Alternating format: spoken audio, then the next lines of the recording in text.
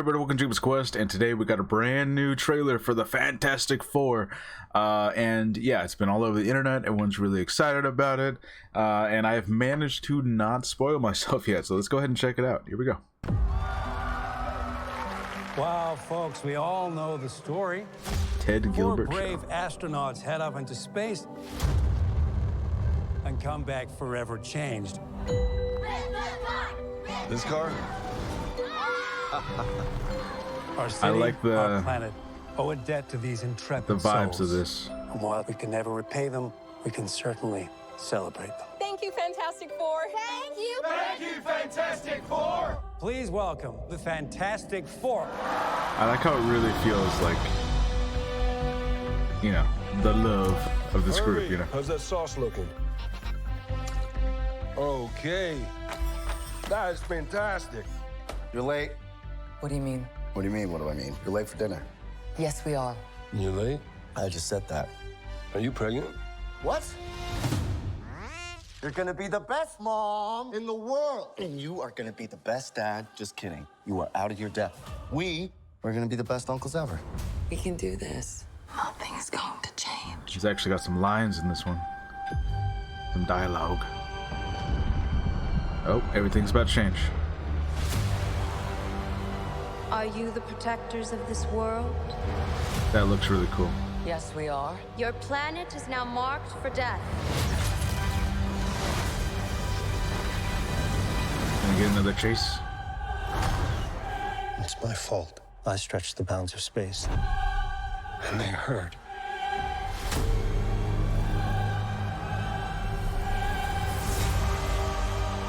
Are we safe?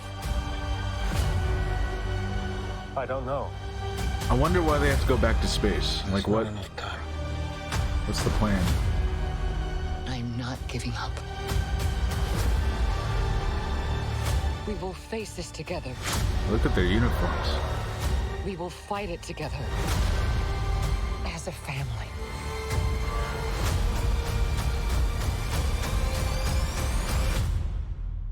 Has to be us.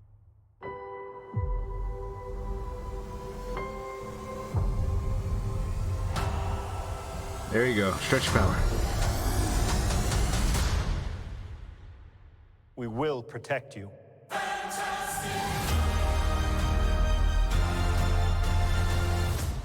Nice. Oh. Whoa.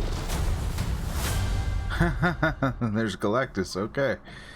All right. Lots of things I really, really love about this. I know there are certain segments of the internet that they cannot get over the Silver Surfer being a woman, Shala Bal.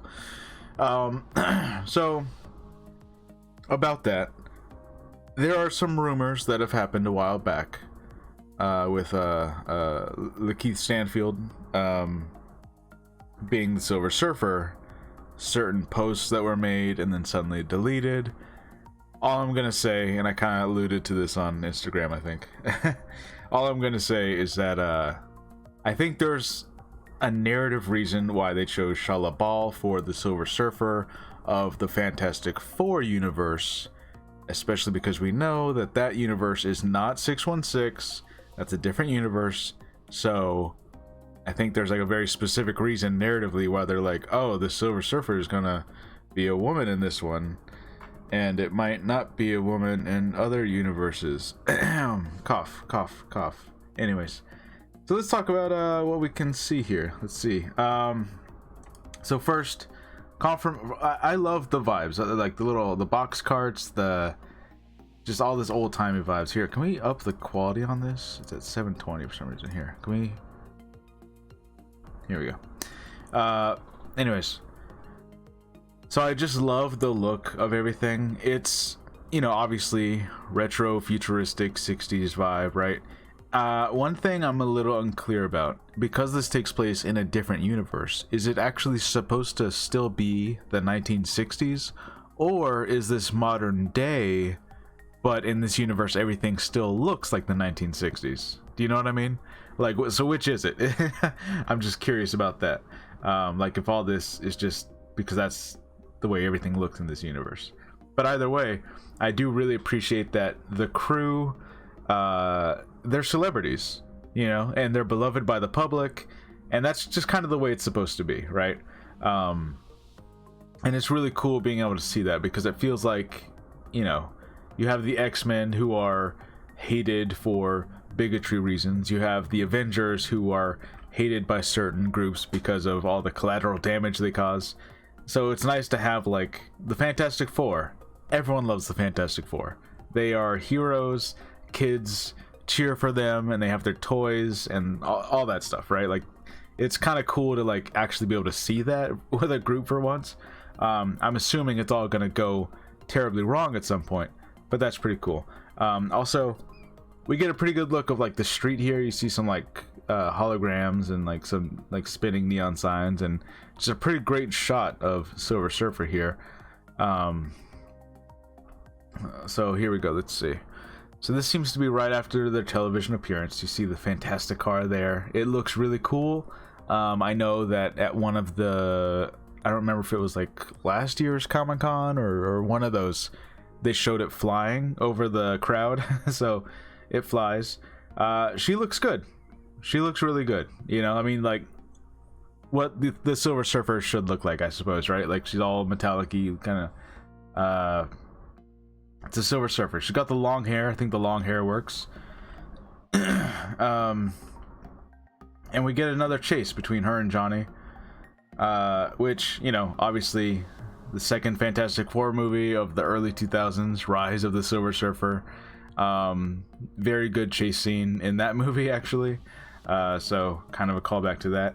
Now, this is kind of interesting. We know there are rumors of Mole Man appearing in this movie, so it seems like that might be a thing that's happening right now. Like, everyone's underground, so did the team take over Mole Man's headquarters, or what's going on with that? Because they're like an underground bunker, like in a tunnel somewhere.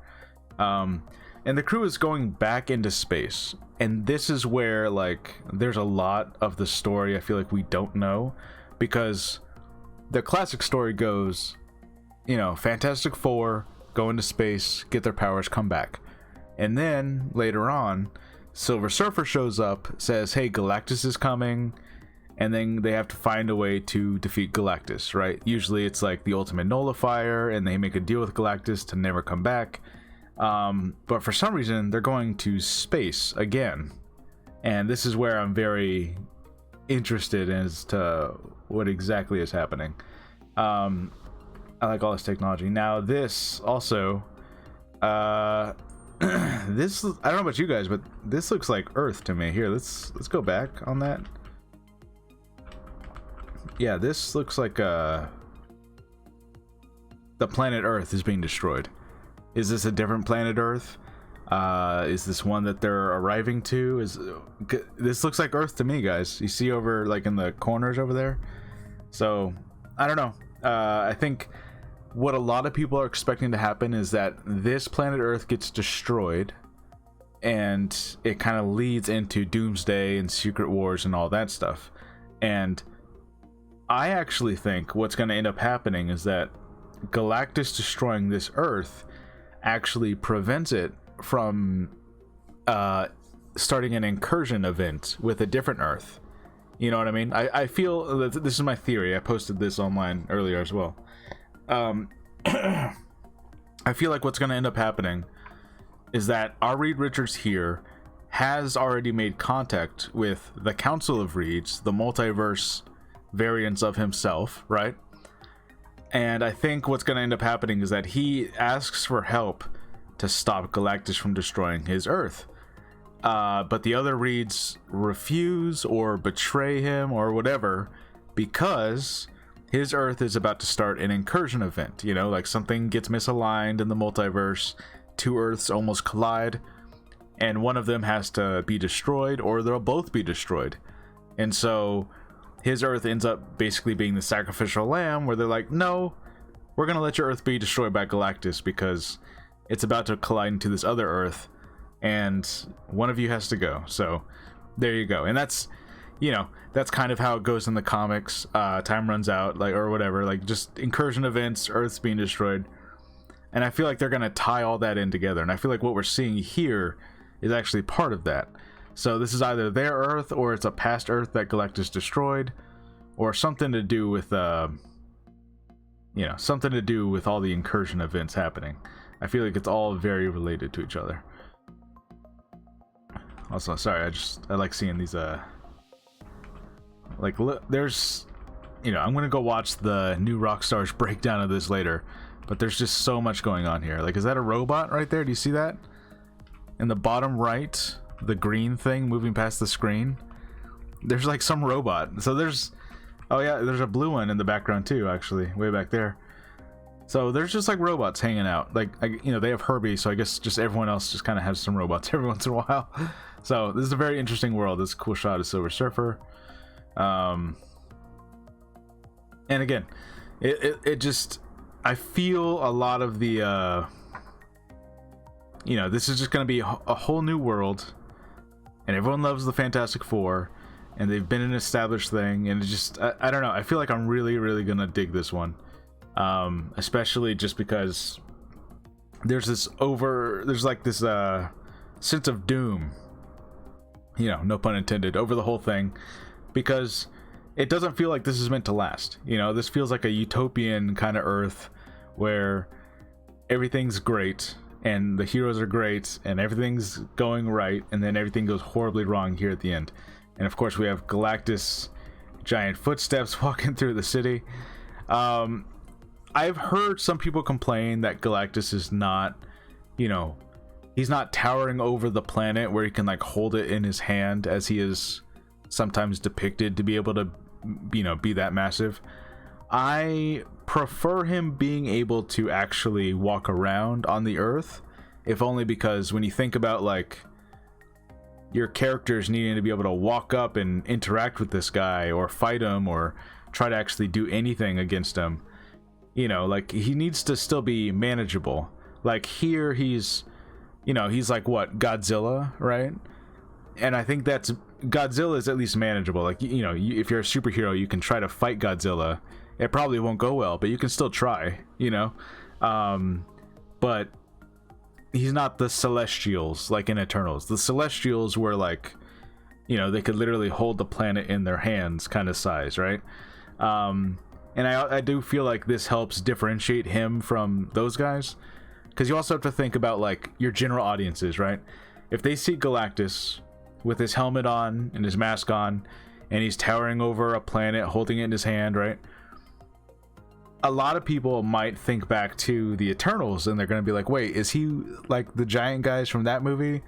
Because with his helmet on, Galactus kind of looks a lot like a Celestial in those movies, you know? So I can see general audience members getting some confusion there. And I feel like just sizing him down a little bit, you know, so that way he's Godzilla size, you know. I feel like that's going to help avoid a lot of confusion because he's a totally different thing. And, you know, I can see somewhere at Marvel, they're like worried that like, oh, we already introduced the Celestials. Are people going to know the difference between him and between those guys and Galactus?